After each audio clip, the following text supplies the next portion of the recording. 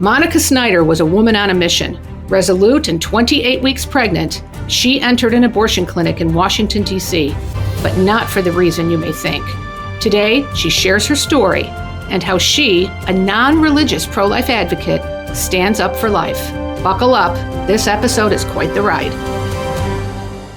Monica Snyder, welcome to the Edify podcast. Thanks for having me. Well, I'd like to start with what I think is one of the more dramatic things that you have done in service to the pro-life movement. And it was a kind of undercover experiment that you conducted. You went to an abortion clinic in Washington, D.C., where the abortion provider specializes in post-viability abortions. And you were 28 weeks pregnant at the time. Can you tell us your story, why you decided to do it, what it was like when you got there, and what you experienced? Yeah, so I was at a different pro-life event just a couple of weeks prior when someone with Live Action asked me, "Oh, how far along are you?" And I told them. And the long and short of it is they explained to me this situation and asked if I would be willing to go undercover at a later abortion clinic in DC. And to be clear, we hadn't even necessarily decided which one. At the time that we were talking about this, there were 3 at least. And initially, to be frank, I was not going to do it. It sounded intimidating, and not only just because it's, undercover work seems kind of confrontational in a way. Most of the work I do, almost all the work I do, is online from the comfort of my office or a coffee shop. It's very different than what I normally do. At the time, right after they asked me, I was in an Uber with my brother, who is also a pro-life atheist. And we were talking about it. And I said, I don't think I'm going to do it. And he said, "Why not?" And I said, "Well, I don't know. It seems intimidating." He's like, "Well, what's the worst thing that could happen?" And I was thinking about it and I thought, well, the worst thing realistically that could happen is they realize that I am recording and they kick me out and it's embarrassing, which honestly is not that bad. Right. I could live with that. Bigger scheme of things. Yep. What? So what? I've done plenty of things that people have been mad at me before, in this job all the time. And so I thought more about it and I realized I was in a unique position. You have to find people that are willing to do this. And I realized after all this was over, I didn't anticipate this. A lot of people don't realize you have to actually be pregnant to do this. You can't just strap on a belly or something. They do an ultrasound. They so it's not easy to find someone who is who is pregnant, especially that far along pregnant, who's willing. And I thought, I'm in a unique position. Another important background to this is secular pro-life. We've done a lot of work on trying to talk to the general public about the nature of later abortion. A lot of work. I developed a presentation in 2018 that I've given many times since. It's called Deconstructing 3 Pro-Choice Myths. And one of the myths is that later abortion is always or almost always for a medical emergency. This is an extremely persistent myth. And I understand why, because the alternative is very horrifying. People don't want to believe it. And because compared to earlier abortion, later abortion is relatively rare. There's not a lot of research on it, all these things. So secular pro-life has done a lot of work. I personally have done a lot of work talking to people about the nature of later abortion and finding enormous resistance to people believing that anybody would abort a viable fetus absent a medical emergency.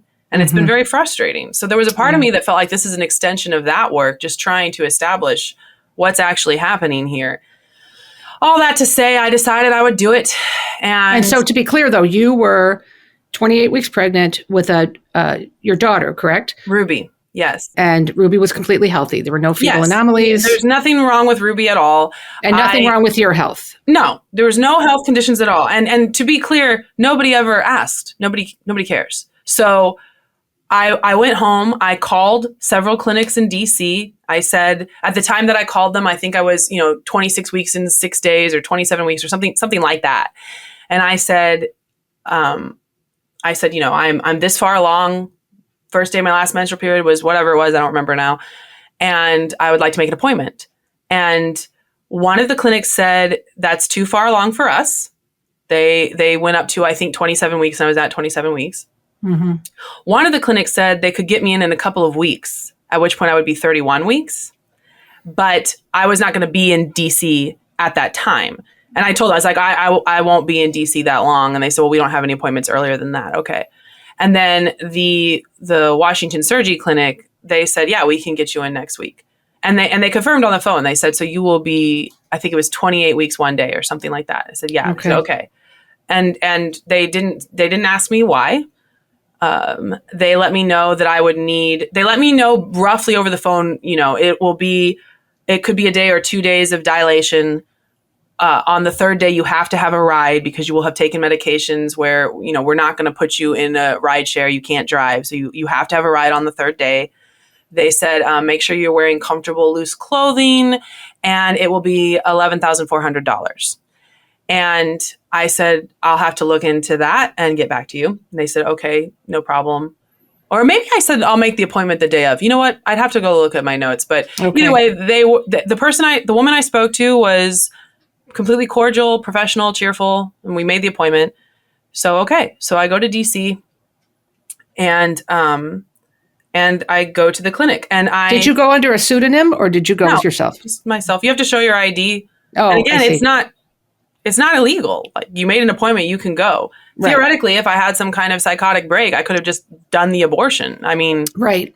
And I'm sure I'm not the first person to go to them and change my mind and leave. I'm sure I'm not. Right. Of course not. Yeah. And so okay. So I thought, this is the naivety on my part. I thought, this will be a little bit weird. I can just get through it. I really, really hate lying, and I was afraid that I would be bad at it. And I also thought, here's what I thought. I thought I would go, and I thought I would be very angry. I thought I'd be angry about the existence of this clinic, angry about what they are doing. And I thought I would have a hard time hiding my anger and that it would be suspicious. That's what I thought would happen. I thought it would be very difficult for me to pretend to be either neutral or sad or whatever. And it would be obvious and they would maybe notice, maybe. It turned out that was not the case at all. I got there. The rideshare I took to get there was a very friendly woman. And she, of course, has no way of knowing this and will never know. But she was really putting me at ease because we were just chatting about other things. And then I get there and there were several things I didn't expect. The first thing is there were two nurses. One of them was probably my mother's age and the other one was probably a little bit younger than I am. And I will say the older one, I really liked her. She was super nice. She was very maternal. She seemed sincere to me. I believe, this is speculation, I can't read her mind, but I believe that she believes that she is doing deeply important work to help women who couldn't get help anywhere else. She believes she's saving them from who knows what terrible situation, and that I believe she is there out of compassion. That's what I believe. I believe she's there because she wants to help them. I mean, I know she also gets paid to do it. I understand, but I get paid to do my job and I deeply care about my job. So the other nurse, it seemed more like this was a job. It felt like a waitress at a restaurant. And she's kind of like, are you going to order? What's going on? Kind of thing. But there was no sinister kind of thing. They seemed like regular people, And so the first thing I didn't expect was how much I would like the older nurse. And she really she had a calming presence. And I was, the other thing I didn't expect is how upset I got. And it was not anger. It was heartbreak. Because the other thing I didn't expect, I didn't think about this at all, this is just lack of experience, is there are other women there in the waiting room. And they're for real. For real. And I'm not going to pretend that all of them seemed horribly distraught. Some of them seemed okay. Some of them didn't.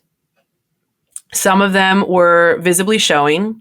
The clinic doesn't only do post-viability abortions. They do abortions at a range of gestational ages. So some of them weren't showing, but I did not have any idea how it was going to feel to sit next to these women who have not yet done this and could theoretically still not do this and just not do anything, do nothing. So they do up to 30 something weeks there, but I believe they say they do. I believe their website, at that time, I don't know what it says now, but at the time it said 27 plus weeks is what it says. Yeah. So whatever that means. I was 28. So yeah, plus being the thing that's undefined. And, right. The interesting thing, I know you've written about this, but it's the abortion provider who gets to call the age of gestation.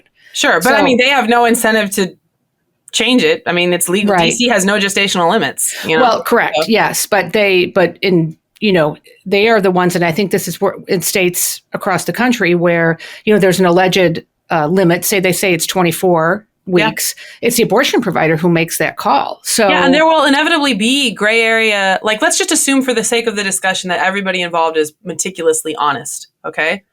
There still is always going to be some gray area around ultrasounds. Countless parents have seen this where they go to get their ultrasound and they say, based on this ultrasound, I wonder if your due date is actually da-da-da-da-da. Right. And there's always a little bit of genuine wiggle room. Yeah, and some women don't chart their cycles, so they, they're guessing at their menstrual period. If the abortion provider, if it's a gray area and it's a judgment call, the abortion provider is the one making the judgment call. Say your limit is whatever it is, 20 weeks.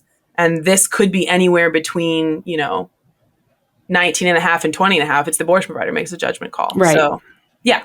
But at this clinic, I don't think it even matters because they're not legally beholden to limit it anyway. Got it. So the biggest thing I didn't anticipate, the thing that I think had the biggest effect on me was how I would feel about the fact that the other women were there. And to this day, I've said this before, and I'm sure I'll say it more times. I am not sure. I am not sure that recording was the morally right thing to do as opposed to trying to help them. I think some of them wanted to be there. I think some of them, if I had said, hey, let me get you help, they would have been like, leave me alone. I think some of them wanted to be there. I'm not going to pretend they all were waiting for a white knight. But I think some of them did not want to be there. And I did nothing. Having worked with post-abortive women for 20 plus years, I can count on one hand the number of women I worked with who did not have some element of coercion present in their abortion decision. There was a woman there who, so the way it works for listeners who don't know is when it's very late in pregnancy, you usually have a day and sometimes 2 days where you're just dilating the cervix. That's why it takes multiple days to do it. And then on the final day, either your second or your third day, is when they actually do what they sometimes call the extraction. Did they offer to do the injection, the fetal heart injection? They don't do an injection at the surgery clinic. Okay, so this would be live dismemberment. I think they cut the cord. They transect the cord, or they reassured me because I was asking various questions. That my daughter would already have passed away before they do any extraction process. They were very specific about that. And they also reassured me that she would feel no pain. But I couldn't even ask the question without crying. Yes. It's interesting because rationally, I know that Ruby is fine. I am safe. She is safe. I'm going to walk out of here. Nothing is going to happen to her. But first of all, it is a surreal thing to be in a building and with people where if I wanted to go a different direction, they would kill her. And it would be legal. Problem. That's the first thing. That's weird. And the second thing is Ruby will be fine and I will be fine. But these other women and their babies will not. Yes. And I just didn't anticipate that before I went. Sure. I've never sidewalk counseled. I've certainly never done any of the rescue stuff that's so controversial. Right. But this experience gave me enormous empathy for the people who feel called to do those things. I recognize the controversies. I recognize the risks. I recognize the pros and cons. I do. But just speaking for the individual person who feels convicted to do those things, sitting in that waiting room, now you're not talking about statistics, 900,000 a year or whatever. This woman right here with her baby right here is happening right now. It's a completely in front different of you. thing, right. Right. So that was really hard. And because of it, I didn't have to act at all. I was so distraught the whole time I was there. And I was a little bit crying on and off at different points, thinking about them. Also, as a mother, even though I know Ruby is safe, asking questions about, would she feel pain? And just even contemplating it is upsetting. And so I was tearful I wasn't sobbing, but I was tearful on and off throughout the thing. The older nurse was very calming and reassuring and sweet. She was sweet. She was like, it's okay. We are here for you. You could talk to us about what you want to talk about. She never asked any direct questions. I believe that some abortion providers and some pro-choice advocates, they feel that asking questions is prying and stigmatizing and pressuring. They think that it is kinder to not bother you when you've already thought a lot about this and this is already a really hard decision, and they're just, they're just trying to help you with the situation. I think some people don't ask because they want you to do the abortion because they're going to make $11,400. I'm not saying that's not a real thing, but I think some people don't ask because they think that it's disrespectful. But either way, whatever their motivations, this is really important to understand, okay? From the time I called the clinic through the entire experience, at no point did anyone ask me at all about any health conditions with Ruby. They didn't ask me about any of my own health history except as related to getting an abortion, like have you had past surgeries, that kind of thing. They didn't ask anything like what's going on with this particular pregnancy that makes this necessary, because they know and I know that they don't need to. That's not part of the law, and I don't have to have that reason. And so none of the paperwork I signed, nothing we talked about, there was no pretense that this needed to be for some kind of medical emergency. They know that it doesn't. And I already knew that because we've done a lot of research on this. We've talked about this a lot, but it was different to experience it firsthand. So let's walk back to the payment part of it, because that's an extraordinary amount of money. Would your insurance have covered any of this? Does insurance typically cover it? And no, I believe you went with cash, and was there a cash, reason? Which was unnerving. That's a lot of money to carry around. Yeah, I've never carried that much money. Let's talk about that, the whole charge and payment, and does insurance cover some of these things? So I don't know. To my knowledge, insurance rarely would cover such a procedure. There might be some insurance policies, private insurance policies, where if it's for a medical emergency, they do, but I don't know. So my understanding is that people go, and to be clear, they're not all this expensive. You could go back even 4 weeks and be way less. It gets, it goes up, exponentially as you're getting further along. Right. Because it takes so long. It takes so long. There's greater liability to the provider. It's just, there's more risk. Yeah. So they're not all this expensive. I believe that earlier in the second trimester, it'd be more on the order of $500 or $1,000 or something. And so yeah, this is a very large amount because I was so far along. I was already at 28 weeks, so entering the third trimester. And my understanding. So 6 weeks past viability. I mean, this is what, Yeah.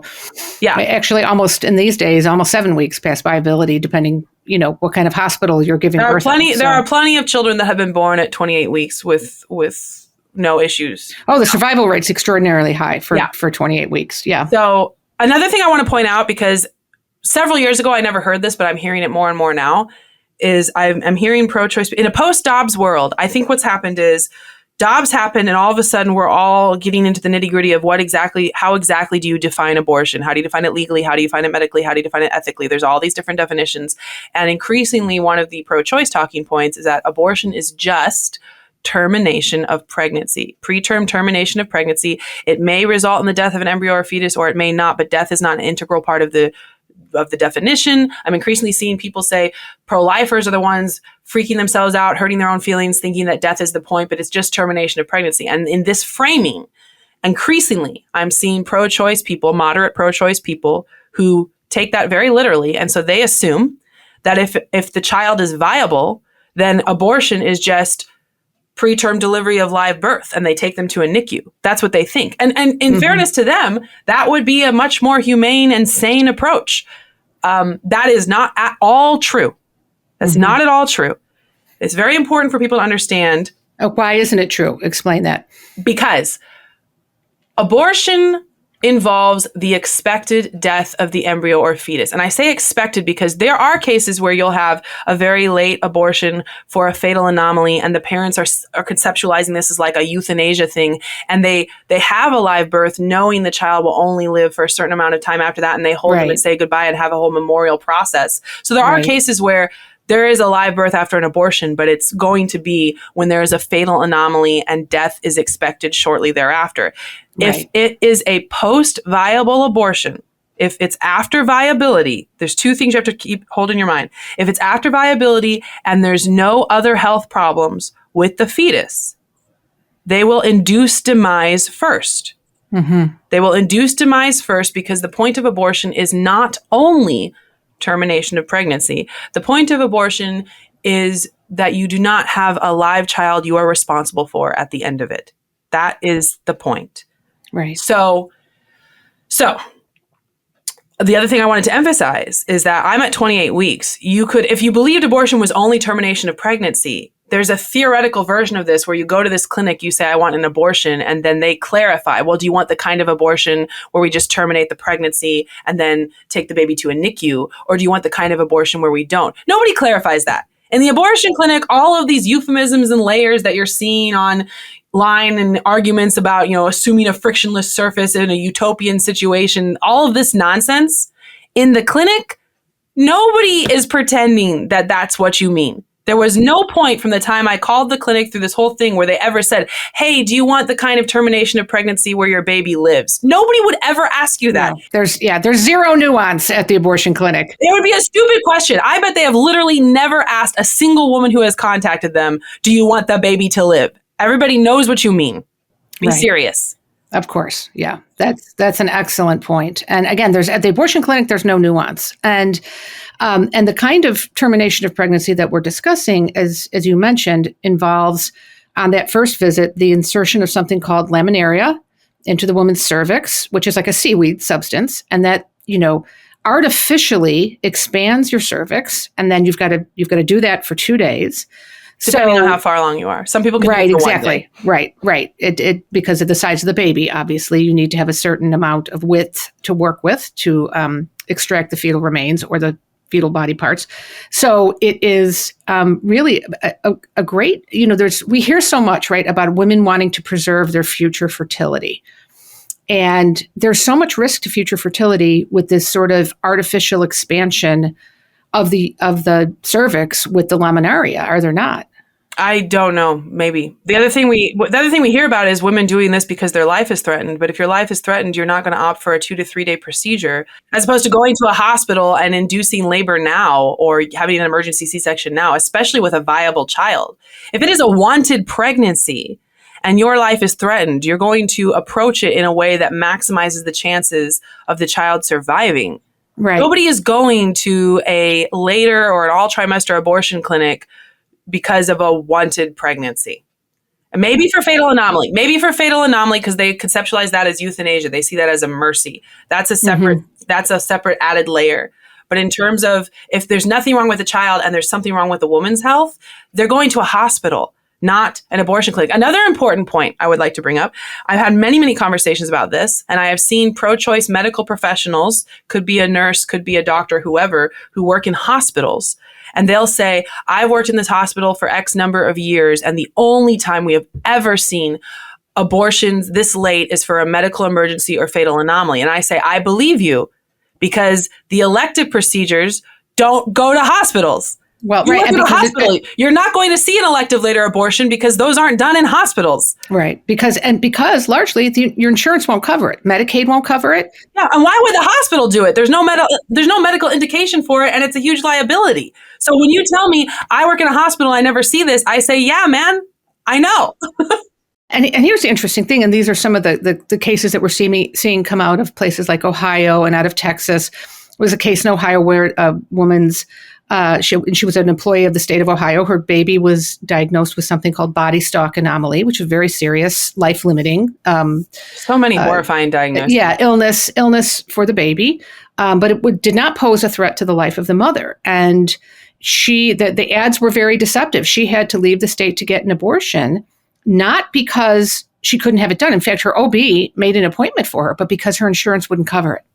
So they were going to have to pay for it all out of pocket because her insurance covered abortion. But in the cases of an actual threat to the life of the mother. Right. So she went to another state where she went to a clinic like the one you're describing, and she said it was a lot cheaper. I think she paid $2,000 or $3,000, and they ended the baby's life there. And but it was an insurance matter, and there are similar cases coming out of Texas now. And life of the mother exceptions exist, and you've been writing, I think rather extensively on this. Yes, and they exist in every state in the country. But what people are not being honest about is the fact that they have to go to these clinics because they don't go to hospitals because the hospital won't do it there because your life's not at risk, and B, your insurance won't cover it. Yeah, there's a ton of, if not straight misinformation, then also just lack of information, and it's kind of overwhelming. Well, one of the things, you wrote in your article that caught my attention. You said there is a wide chasm between the rhetoric of pro-choice activists who argue women choose abortion with full knowledge and autonomy and what I experienced that day. Yes. So one of the things I've had pro-choice people tell me is that abortion clinics, whether it's Planned Parenthood or an independent clinic, whatever, that they always give fully informed consent, and they screen women for issues like coercion or mental health or any of those factors that we know can increase the odds of a woman having psychological issues after the abortion. So in the debate about mental health, psychological reactions, and abortion, this is my understanding. You can correct me if you have a different understanding. The pro-choice side, they won't go so far as to say nobody ever suffers after an abortion, but they'll say that the research shows that the people who have the most mental health struggles after abortion, they were already having significant mental health struggles before abortion. Let's assume that that's all there is to it. If that's true, then you should be screening women for the very mental health struggles that research shows correlate with increased struggle after the abortion. You can say it's not the abortion's fault, it's the prior circumstances that are being exacerbated. That's fine. But then screen them for it, and you can still give them the abortion. You just screen them for it and say, just so you know, we did this screening, you hit here, and we know research shows that people who hit here, have these results are more likely to have this reaction. Do what you want with that information. You could screen them and you could tell them. But instead they say, if they had more struggles after, it's because of these reasons, which we're not going to screen for or talk about. It's not super compelling. But either way, when I had 3 of my pregnancies in California, and every prenatal appointment I went to, they, as a standard procedure, not personal to me, they did this with all of the pregnant women, they would screen us for depression, and they would check in with us if we were safe at home. My husband was not allowed to go back with me to any appointment until I went back by myself, and they talked with me every single time, despite the fact that these were wanted pregnancies and I'm in a happy marriage and I've already told them 3 or 4 times prior that I'm fine. It's not personal. It's just a standard procedure because intimate partner violence is a major thing with pregnant women. Charlie Camosi talks about how the number 1 cause of death for pregnant women is homicide. And so it makes sense when you're interacting with a healthcare provider as a touch point for them just check on you. Oh, and they watch you very, after I had one of my daughters, I had a little bit of postpartum depression in the days following. So, I was still in the hospital because I had a C-section, and the nurse came in and found me crying, and they did not let my husband back in that room until like 2 or 3 people had sat down and talked with me. And that's smart. Like, I think that makes sense. I was actually kind of impressed with my prenatal appointments in California. At some point, I answer the questions. I'm not depressed. I'm good. But, how effective is this? Do you find women in these situations? What would you even do if the guy in the waiting room was some abuser and he's 20 feet away and you're talking? What's the next step? I was curious, but I was impressed that they had a system in place. I'm sure it doesn't fix all your problems, but at least they're trying to do something. So that was in California. I'm not saying all states do that, but I thought it made a lot of sense. In California, they gave me a formal checklist to fill out, but I think in some places they at least talk to you and they're like, how are you feeling? How's this? How that? It's a standard question to check. When I went to this clinic at 28 weeks pregnant, you're 28-week pregnant. As far as the staff knows, there's no medical problem for me or the baby. And I'm weeping on and off throughout. I was there, I think 2 or 3 hours. I don't know. And at no point does anyone say, are you sure you want to do this? What's going on with you? My sister, she used to be a nurse in an operating room. And when I talked about this, she was shocked because she'll be helping with something vastly less controversial, like a knee surgery. And if they ever have a patient before they begin the operation who seems anxious, who seems upset, they halt everything and stop and check, are you consenting to this? Do you want to do this for a knee surgery? And I'm talking about this situation. Nobody checks, nobody asks. And again, I think most generous interpretation is they feel like it's not their business. I've already gone through all this difficult decision making. I'm not saying, I'm not necessarily fully convinced by the pro-life movement's narrative that people who work in abortion clinics are basically all just greedy psychopaths. I don't think that's true. But although I believe if they ask, and again, my own experience has been coercion is often present, I would say close to always, that it creates a liability for them legally. That's a good point. Maybe that is so they don't want to ask because they don't want to know, because it could be a problem for them. That's later. Interesting. I had not thought about that. That's a good point. Maybe that's part of it as well. Maybe I'm being too nice. But in any case, nobody asked. And I think that moderate pro-choice people, if they've thought about this at all, about later abortion at all, they just assume that basic decency, of course, abortion is healthcare. These are healthcare providers. Of course, they're going to make sure you have fully informed consent and make sure that you're not being coerced and make sure it's all up and up. There are probably some clinics that do that. There's lots of clinics, this clinic did not. And this clinic is important in particular because the vast majority of abortion clinics only go up to something like 12 weeks or a little bit after, But I would expect the further along you are in pregnancy, the greater the odds that something is going really, really wrong. And so if you're one of the few clinics in the entire country that provides abortions past 24 weeks, in this case, past 27 weeks, you are in a unique position. I would say you have more responsibility, not less, but whatever. They did not ask. So let's talk about the abortion provider himself. Were you ever able to meet Dr. Santangelo? No. And you weren't. And tell our listeners a little bit about the insistence that you take a particular medication before you would be able to engage. So I go, I sign in, I pay, they draw my blood, they do the ultrasound, and then I wait, and then they take me back and they explain, I've signed various paperwork about the medications I'm going to be taking, about, that kind of informed consent was there. I'm not saying there was no informed consent. They have paperwork about the procedure, the risks, and the medications, that kind of thing, the physical aspect of it. Right. And so I go back with the younger nurse, and she explains that they're going to give me several medications, which include an antibiotic, I think it was acetaminophen or some kind of mild pain thing, and Xanax, and as an anti-anxiety thing. And I had not yet, keep in mind, I'm here to record the conversations. That's the reason I'm here, lest we forget. And I had talked somewhat extensively to the nurses, but I had not yet met the actual doctor, Santangelo. And so, I have zero intention of taking any medications of any type at all, right? And so she's telling me I need to take these medications, then I'll wait a while for them to kick in, and then I'll see the doctor for the beginning of the dilation. I am not going to take any medications. And so I said, I had asked her a couple different questions, and at least one or two of them, she had said it would be better if you asked the doctor about that. So just going back to informed consent, I had signed informed consent papers, but I'm a woman who's clearly upset and who's asking questions that you tell me to talk to the doctor about. So I want to go see the doctor then. Right. And I said, I still have questions. I'd still like to talk to him first.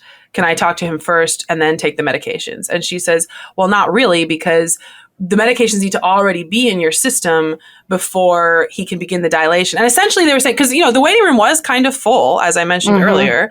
And essentially they were saying, we have a schedule to keep that's going to mess up the schedule because then we have to wait even longer for you. We need you to already be ready to go. By the time you see him, you need to be in the room, on the chair or whatever, like ready for him to start the dilation. And so the medications need to already be in your system. And I said, well, will taking Xanax affect my clarity of thinking? And she said, no, it shouldn't. And I remember thinking, that's not true at all. What are you talking about? Xanax is an anti-anxiety med. And we looked it up later when I wrote about the experience, but common side effects include memory issues and cognitive issues and sleepiness and drowsiness. The frequent side effects include those things, in addition to anti-anxiety. My other sister is a doctor, and she, to be clear, my sisters at the time did not know I was doing this. This was all very we weren't talking about it with almost anybody. Right. But I messaged my sister who's a doctor afterward. I didn't tell her about any of what had happened. I just said, hey, I had someone tell me that their nurse told them that Xanax does not affect your clarity of thinking. And she wrote back in all caps, "What? LOL. What are you talking about?" Like, that's the whole purpose, right? Why would a nurse say that ever? And I was like, yeah, who knows? But anyway. So she said it shouldn't affect your clarity of thinking. And then I said, and they watch you take the medications. They make sure you take the medications, and I'm not going to do that. So I said, I think I would like to step out and call my husband. I don't know if I feel comfortable with this. And she said, okay, I understand. This video has gone out through live action, and we've talked about it, and I've read some of the comments, and there are people who will say, they tried to force Xanax down my throat. No, they didn't. They didn't try to force Xanax down my throat. They said, you can't see the doctor unless you have the Xanax in your system. That's what they said. Right. And I said, I don't want to. And they said, okay. So how did you extricate yourself from the situation? I said, I want to go call my husband. I'm uncomfortable. I want to go call my husband. And they said, sure thing. And so I left. I went outside. I did, in fact, try to call my husband, who did not pick up the phone, by the way. I called someone else instead, briefly. And then I talked to my person who was my touch point on all of this. And I said, this is what they're saying. And they said, do not take any medication. You got to go. Yeah. You got to go, And so I went back in. Still tearful, genuinely tearful. Like the other comments I've seen is, wow, she's a really good actress. Guys, I am not acting. Right, I was very upset. And so I went back in, I went up to the front desk, and I just said, I changed my mind. I would like to leave. And they said, okay. They weren't like, wahaha, we're keeping your money. They charged for the ultrasound that they did, and then they refunded me the full rest, in cash. And then I left. That's it.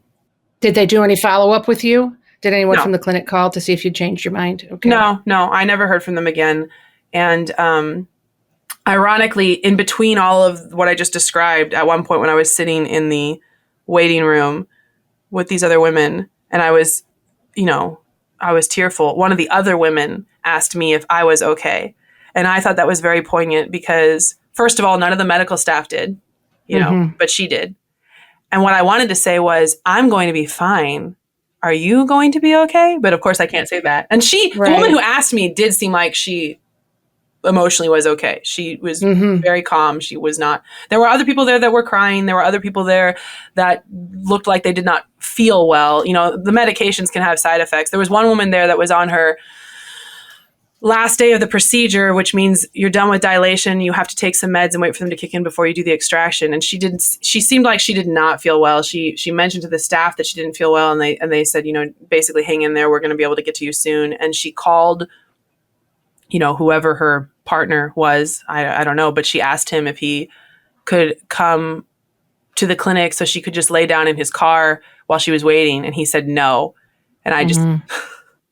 That's heartbreaking to hear those stories. And, you just wish you could, in some way, let these women know that there's so much assistance and support available to them. But they're many times they're in isolation, right? And they're kept that way, I think, in my experience, they're kept that way intentionally. So I know. So I'm friends with people, who do rescue, and they've told me stories of situations where they go in and someone says, I literally cannot pay my rent. And they say, we'll help you pay your rent if you want to leave. And then she leaves.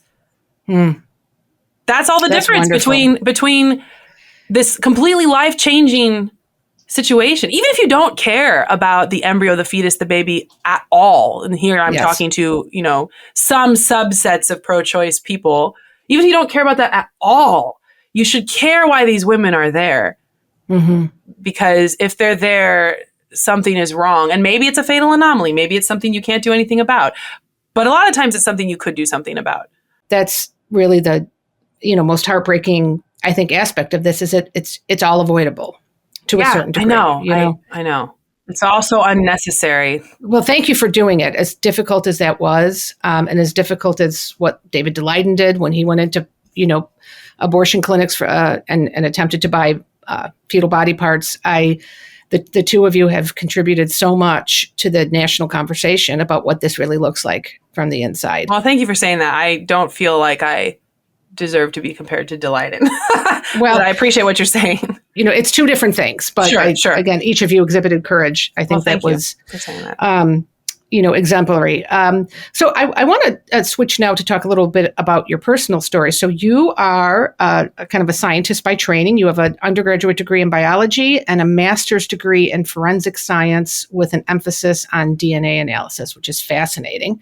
And you've mentioned you have a sister who's a doctor and a sister who's a nurse, yes. I think. So, and my mom is also a nurse, and so is my husband. husband. Interesting. So, medical sciences seem to be a family trait. Family for sure. So, on this podcast, I have interviewed converts before, but in every case, they have been people who were either atheist or agnostic or some other, denomination other than Catholic and then became Catholic. Sure. You were the very first person I've ever interviewed who was Catholic and became an atheist. Can you talk a little bit about that part of your life and what that journey looked like for you?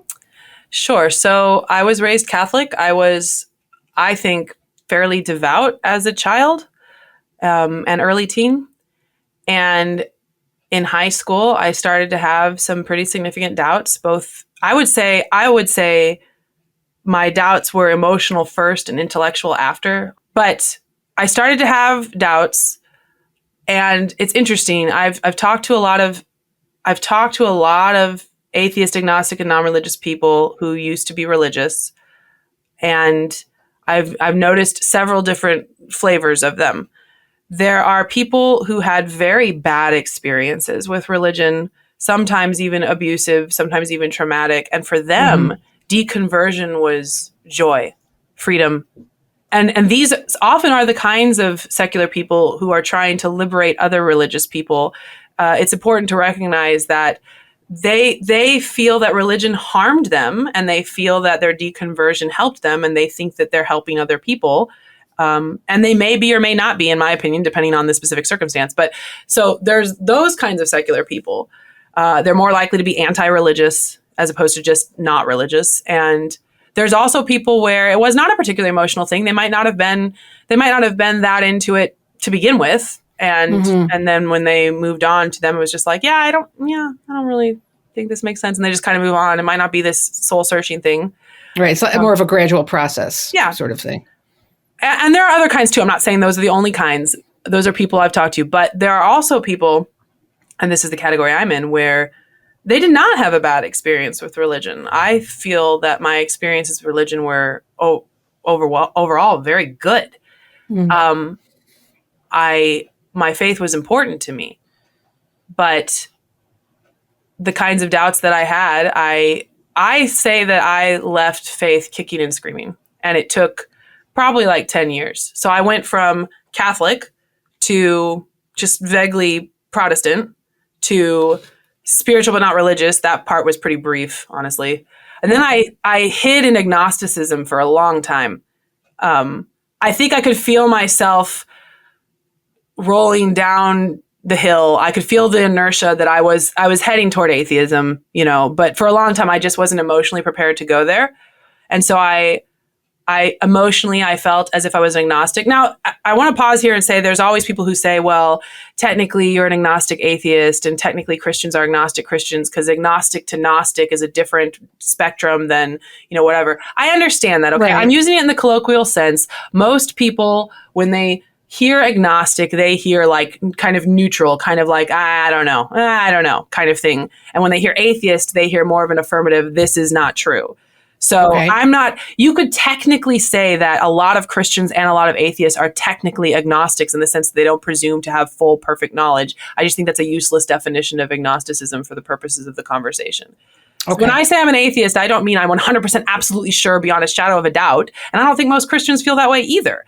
But I don't believe. I'm not just unsure. I don't believe it's true.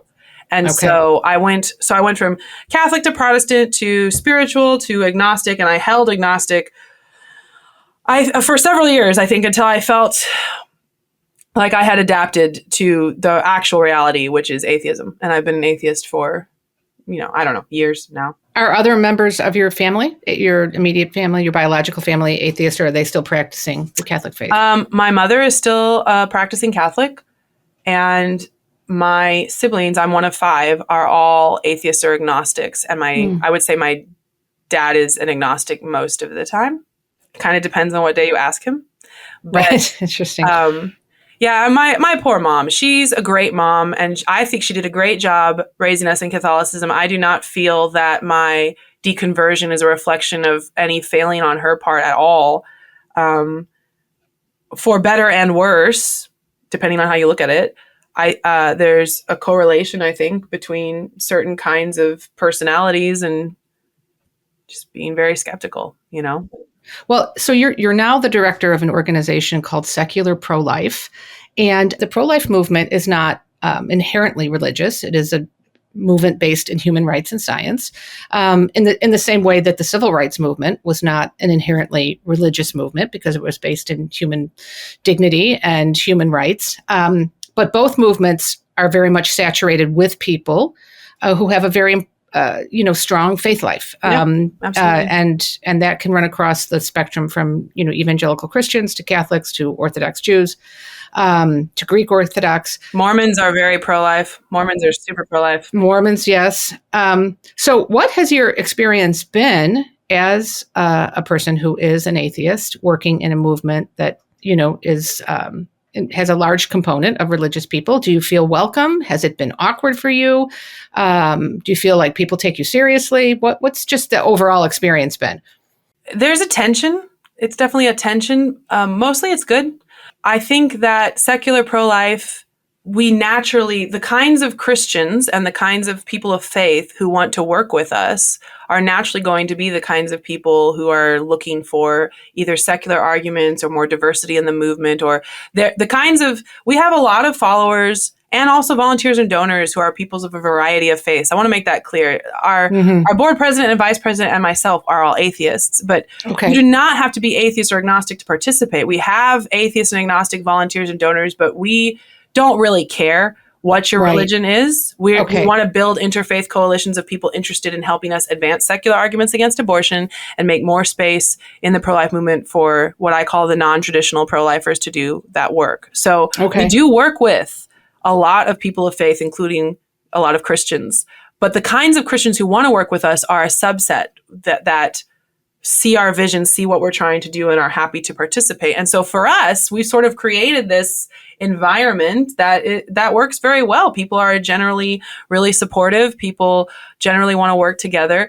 It's when I go to pro-life events, conferences, marches, talks, and I step outside of the little secular pro-life bubble we've created, that's where there is tension sometimes. Very rarely is anybody overtly rude. It's very rare. It has happened, but mostly it's just confusion. And also, in my opinion, the pro-life movement, obviously I'm speaking in generalizations, the pro-life movement likes to think of itself as a human rights movement first and if a Christian movement at all second. But it is so saturated with Christians that it's very difficult for them to see when they are structuring their events and their stuff just for Christians only. I don't think most people do it on purpose, but often all it takes is me showing up and saying, "Hey, I'm an atheist," and they'll start to think about it maybe for the first time. Anybody of any demographic, if you are used to hanging out with your demographic, and for the most part, that's who you're talking to, it's extremely difficult for human beings to, of their own accord, think about what the perspective is for anybody else. We all do that. Everybody does that. But it's tricky in the pro-life movement because I really do want to make more space for, yes, secular pro-life people, but also just anybody who is not particularly conservative and Christian. Like, you could have people who are nominally Christian who still feel put off by certain things. You could, of course, have people who are more liberal. You could have all these things. I want everyone to fight abortion. I want everybody to do it. And the more that I can make them feel welcome to do it, the better. Okay, well, let's talk about that because, your organization states you don't have to have an encyclopedic knowledge of the debate. You don't even have to argue about it. Just identify yourself, stand up. Yes. And so you have those, your 3 points: identifying yourself as pro-life to destroy stereotypes, identify as pro-life, which creates what you call strategic tension. Yes. And then identifying yourself as pro-life creates opportunities. So yes. Unpack that for us, because that's a really fascinating approach. And it's very different from any of the other, more prominent pro-life groups, what their mission is and their mission statements. This is unique. So secular pro-life works with a lot of the non-traditional pro-lifers. Secular people, yes, but also sometimes devout Christians who are Democrats, or just other ways in which they feel mistimed or not necessarily connecting to the overarching pro-life movement. And what I have found is that when you have a pro-life person who is part of a demographic that is traditionally very pro-choice, like a Democrat or an atheist or whatever, they are way more likely to be demure about it. We have a lot of volunteers who volunteer with us to do things on the back end because it gives them a way to help without having to tell anyone in their life that they're pro-life. Right. We've got coastal urbanite kinds of people where even their spouses don't know they're pro-life. So we're working with groups. I think we even say it on the homepage. You go to secularprolife.org and the homepage caption mentions closeted pro-lifers. If you're a closeted pro-lifer, we welcome you here. We understand, we're working with pro-lifers that I think are more likely to be in social circles that are overwhelmingly pro-choice. Now, I want to be clear. Even if you are in a social circle that's very pro-life for the most part, or forget pro-life, say you're in a social circle that's very conservative and Christian, like the traditional, idea. Right. It's still important for you to tell people you're pro-life. Not all conservatives are pro-life. Not all Christians are pro-life. We want to make sure people know that we're around. But it's especially important for anyone who exists in a demographic that is mostly pro-choice, because I say this from copious experience. I was an atheist in California, in higher education in California. And for many, many years, as far as I knew, the only person I knew in real life, not on the internet, that was also pro-life was my boyfriend. My coworkers, my classmates, my friends, they're all either pro-choice or they just have not talked about it and they're ambivalent, which is pro-choice, but in a lighter way. And so sometimes I would be the only person in their entire life that, as far as they knew, opposed abortion. It's important to speak up for several reasons. The first one is, now when they hear about so-called anti-choicers and whatever stereotypes they hear, they have me in their head as a juxtaposition. So if they hear someone talking about these religious zealots trying to force their religion on us, they have me in their head, and they might even think, oh, that's probably most pro-lifers, but not Monica though. So it's destroying stereotypes in two ways. First of all, if you are a non-traditional pro-life person and they know you, then they know, hey, this friend I have who's a Democrat, this friend I have who's a vegan, this friend I have who's queer, this friend I have who's secular, they're against abortion. So clearly it's not always religiously motivated. Yeah. But I want to point out too, even if you are really conservative and Christian, you could still destroy stereotypes telling people you're pro-life, because not all the stereotypes are about identity politics. Some of the stereotypes are about, oh, you hate sex, you hate women, you hate freedom, you want to, subjugate women so that you can feel superior, whatever the dumb thing is. If they know you, even if you're a super conservative Christian, if they know you as their friend, who they recognize as a full human being in all of the complexity that comes with friendship, it makes it so much harder for them to believe this bumper sticker nonsense, because you're in their head and they think, you know what, I feel like Mary doesn't really hate sex. That seems improbable. Maybe that's dumb. I had this experience too. So very early on in my adulthood, when I was getting involved in the abortion debate, I was friends with this pro-choice atheist guy. And as we got to know each other outside of the debate, not just about abortion, he came to see me as pretty ferocious about things to do with gender, things to do with defending women. And it came to sound ridiculous to him in his own mind when people said, oh, pro-lifers just hate women, because he would think of me and he would think, she absolutely doesn't. She absolutely doesn't. You guys are starting to embarrass me. I'm starting to see how much this is not what's happening. And it was just one person, one friendship. So it destroys stereotypes via identity politics if you're a non-traditional pro-lifer, and just via partisan nonsense politics if you're just a regular person. Now, I will say, if you do hate women and sex and freedom, don't tell people you're pro-life. I don't want you talking about it. But that's not a real thing. And so the second thing is strategic tension. This is also especially true for the non-traditional pro-lifers, the people that are in pro-choice demographics. We've all had this experience where somebody in our lives, in our classroom or in our lunchroom at work or wherever they are, they just assume that everyone around them is pro-choice because all good regular people are pro-choice because they don't know any pro-lifers. And so they start mouthing off about abortion and talking about how they can't believe anti-choicers think this or anti-choicers think that. And they're saying that because they assume that everyone in the room agrees with them. I want them to have a little more humility.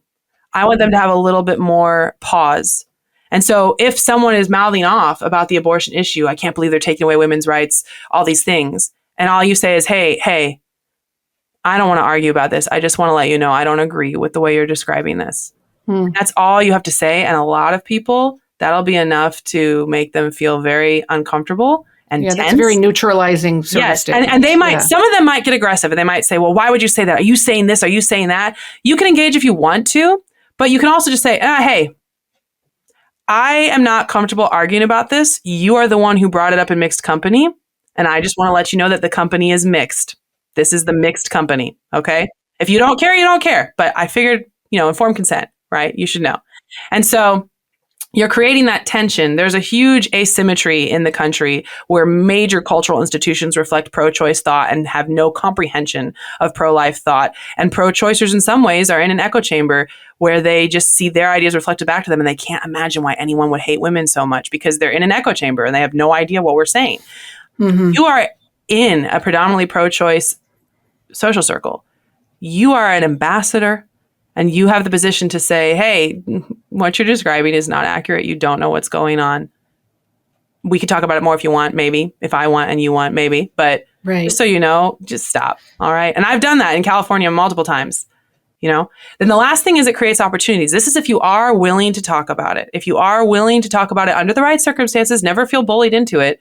But especially one-on-one with someone you're friends with, if they know you're against abortion, and they want to have the opportunity to have a useful conversation with a real actual person and not just yelling at trolls on Instagram or whatever, they might come to you at some point and say, hey, I know we disagree on this, but I'm just curious, why does your side do this, that, or the other thing? Why is this happening? And it might be a very loaded question, even if they don't mean it to be, but recognize they're showing some curiosity, genuine curiosity. They want to better understand. I had this happen to me also.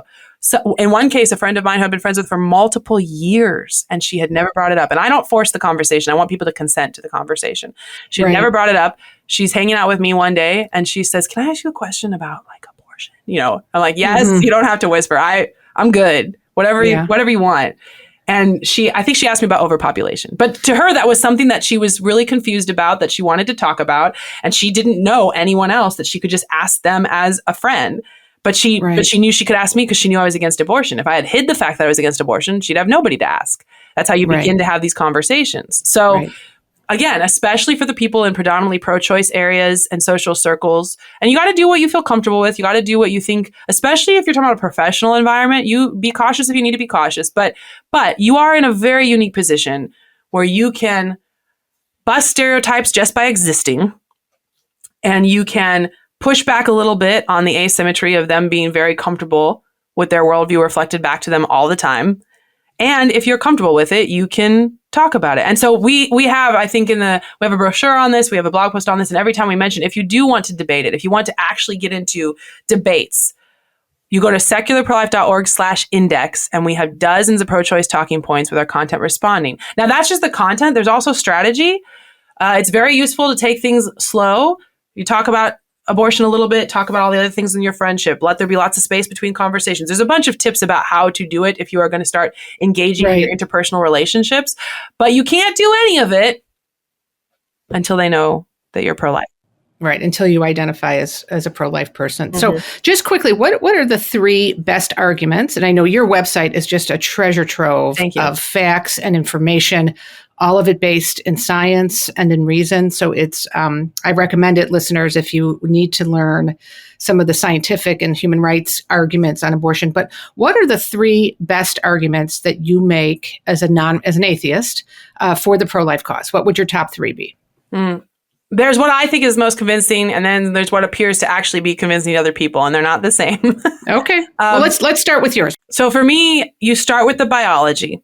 I am unequivocal that the biology does matter. You can't do it alone with biology. You need philosophy. But we talk to people all the time who don't understand what an organism is. That's where you get people saying, oh, if you think abortion is murder, then you must think masturbation is genocide. And you're like, no, dude, that's just you not knowing what an organism is, There's a confusion there. So you start with the biology and you start with, the beginning of an individual human organism's life cycle is the zygote. This is not a point of confusion in biology. There's more to it. You have to talk about philosophy too. But first we need to, if we're going to debate which human organisms are valuable people, we have to first know what a human organism is. So I always start with that. A lot of people will just concede it immediately. There's a lot of pro-choice people that don't have a problem with that. And then they'll say, well, it might be a human, but it's not a human being, or it's not a person, or it's not like philosophically a valuable entity. And then you have to get into the personhood debates. I think the most common now personhood debate is always about cognition. It's always about consciousness or sentience or sapience. And sometimes the people using those words aren't sure exactly precisely what they mean, but you get their gist. They basically are saying, a blastocyst doesn't have a brain and a newborn does. At some point between these two things, you develop the things that from a secular perspective we care about in humanity, which is our advanced cognitive abilities. That gives us like our consciousness and our personhood. That's a very common position. Right. I can't in 30 seconds explain why we don't find that convincing. We have blog posts on it, but the brief version is that they think it sounds reasonable, like cursory glance. If you're taking souls out of it, if you're taking religion out of it, and you're just like, why do we care about human beings? It's because we're super smart. So when that happens, that's when we care. It sounds reasonable, like cursory glance. But when you drill down into it, they don't know what they mean. Basically, because a 1-day-old newborn human being has far less cognitive abilities than, for example, any elephant, right? Or even like an adult dog. And yet we all instinctively recognize that well, not all of us, but most of us value the 1-day-old human more than the adult dog. Why? And usually the answer comes down to recognizing our abilities over an entire lifetime and not in a single moment. And as soon as you start talking about future cognitive abilities, you are making a pro-life argument because the embryo has those future cognitive abilities too. Some people will say, if you unplug a coma patient, that's not murder because the consciousness isn't there anymore. And I'm like, that's not the analogy. The analogy is if you have a coma patient who is going to wake up in a couple of months, and you have good reason to believe they're going to wake up in a couple of months and have the cognition you're talking about. It's not right now, but it's in the future. That's the analogy. If you unplug a coma patient who was going to wake up in a couple of months and, get out of bed and have a life, right? That murder. That's the analogy. So it basically pivots on future versus present cognitive abilities. And then the other thing that pro-lifers need to be able to understand and address is bodily rights. This is extremely important. And I find so autonomy and forced birth. If you remember nothing else about bodily rights, remember that most pro-choice people who are talking about bodily rights, they're not saying I can do literally whatever I want with my body at any time. And they're not saying the fetus is one of my extra limbs. That's not what most of them are saying. Some of them are saying that, but most of them, what they're saying is no one has the right to use my body against my will. That is what they're saying. That is what we have to address. Now, you can address it in a bunch of different ways. You could say, was it really against your will if you took these risks? You can talk about that. You can say, well, there's a unique situation in pregnancy, just like you had the right to not be killed when you were in that vulnerable position. So should all human beings. You can get into analogies about bodily rights where people talk about like kidney donations or car crashes and then talk about the ways in which those are not at all analogous to abortion. Right. You could do all of those things. But before you do any of those things, please recognize that most of them are not saying I can do literally whatever I want with my body. And most of them are not saying I don't recognize the fetus as a separate entity. Most of them are saying the fetus is in my body and using my body. And whether they're a person or not, no person can use your body against your will. That is what we need to respond to. Right? Yeah. And in general, I find pro-life people often end up responding to one of the weaker versions, like, oh, you think you can do whatever you want with your body. Oh, you think that if you're pregnant with a boy, that you have a penis. Like that's dumb. Guys, that's not what they mean. Okay. So we need to respond to their strongest arguments. And their stronger argument is the right to refuse. So I think that's really important too. I don't think it justifies the vast, vast majority of abortions. I think you get into corner cases where it starts to get complicated. But if we're just talking about the typical abortion, which is, aborting a healthy fetus carried by a healthy woman conceived in consensual sex, which is 95% plus of abortions, I don't think bodily rights justifies it at all. I don't think it's even close. But we do need to be able to reckon with it. So if you want to see more about that without me going on and on about it, again, secularprolife.org/index, there's literally a whole section called bodily rights. And secularprolife.org, listeners, is the website for Secular Pro-Life. Just as we wrap up here, Monica, one of the other great contributions, in addition to your Undercover work, is your analysis of the Turnaway Study. The Turnaway Study is so often cited by abortion advocates as a reason why women have to have abortions the second they decide that they want or need one. Sure.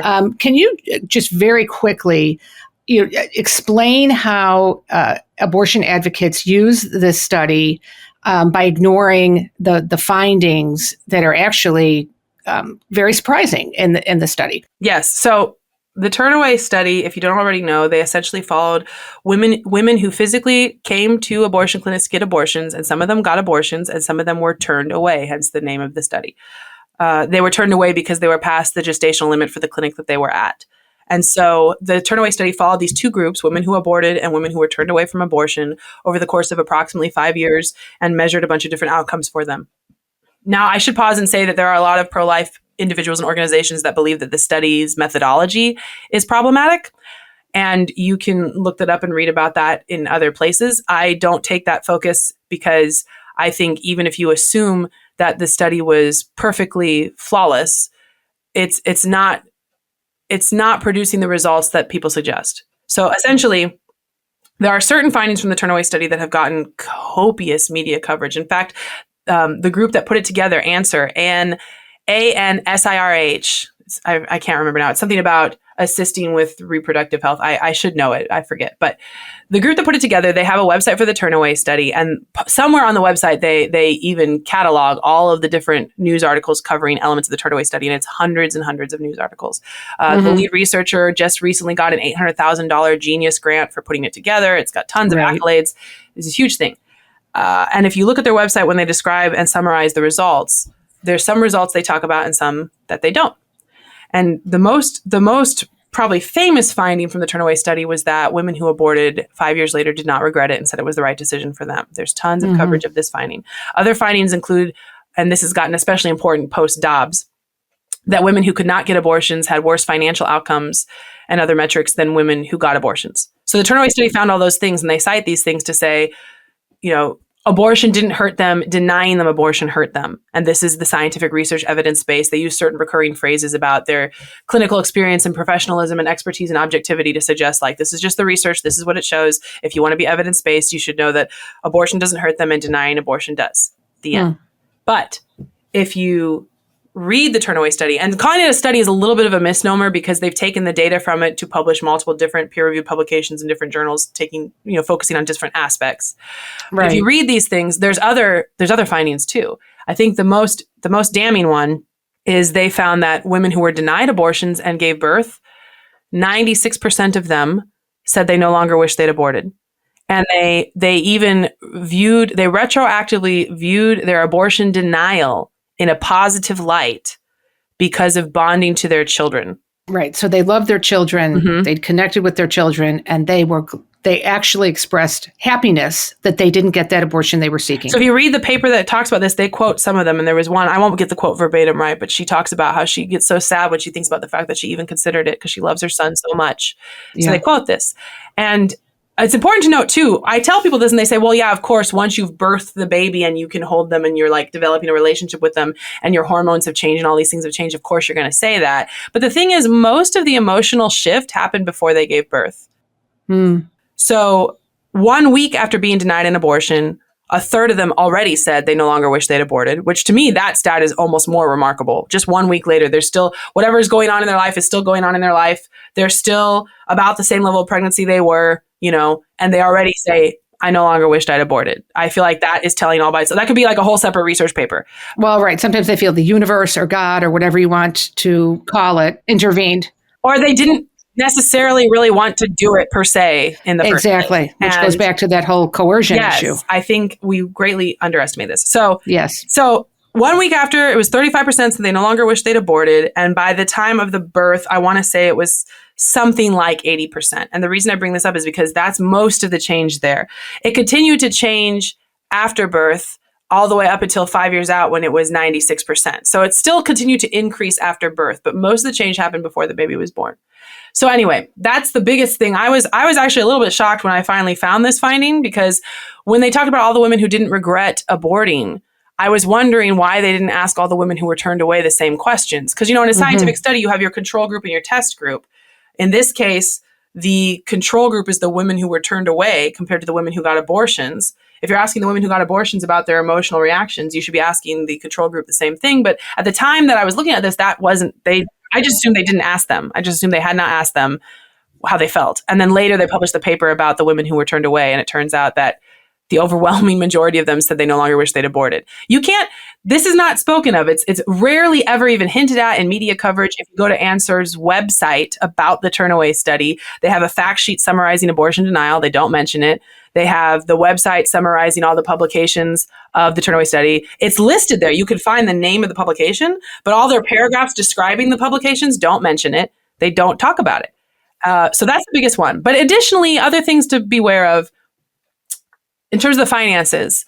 It is true that the Turnaway Study found that when women were denied abortion, they had worse financial outcomes initially. But the long and short of it is, by the end of the study period, most of their metrics resolved, which means that for example, household income, personal income, level of full-time employment, all of these kinds of metrics, by the end of the study period, they were not different between the women who aborted and the women who were denied abortion. And importantly, they also found that by the end of the study period, their ratings of their life satisfaction weren't different between the women who aborted and the women who were denied abortion. So this narrative of abortion denial causing this permanent damage is at best hyperbolically exaggerated. And at worst, it's kind of a lie, because the women who had worse financial outcomes, had lower credit scores, were more likely to have problems with debt, all these things.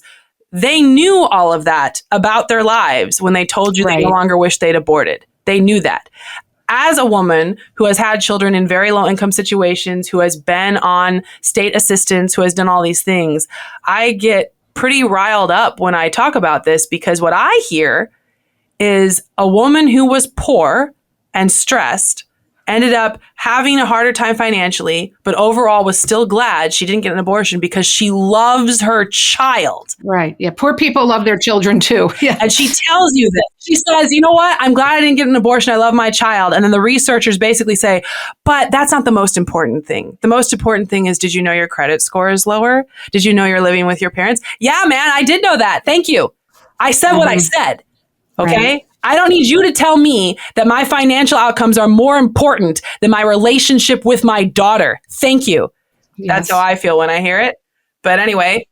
Right. No, it's very insulting to people who are poor, as if that somehow, makes them, love their children less or what have you. And when you look at how classist it is, and often super racist. Classist. Yeah. If we were being remotely objective about the Turnaway Study, we would say that it leads us to believe that women who got abortions ultimately said that that was the right decision, and women who didn't ultimately said that it was the right decision. And in many cases, if you offered them more financial assistance or other support, they might have preferred that route. And right. I think there's a lesson to be learned here for pro-life people too. The Turnaway Study found that 96% of women said they no longer wish they'd aborted. That means 4% said yes or I don't know. And so what about those 4%? Last thing I want you to remember is the women who placed for adoption were dramatically more likely to say they still wish they'd aborted. I'm not saying adoption is never the answer. I think sometimes it is. I think it can be a very giving, beautiful thing. But I also think the pro-life movement has historically been a little casual about it. I think most women want the resources to parent and take care of their own children. And that's where the focus should mostly be. That's what I think. We will leave things there. Monica Snyder, Executive Director of Secular Pro-Life, thank you so much for joining us today. It's been a real pleasure to speak with you. Thank you very much for having me. Thank you for listening. To make it easier for you to listen to future Edify podcast episodes, please make sure you subscribe over at Apple Podcasts, Spotify, or wherever you listen to your favorite podcasts. Thank you.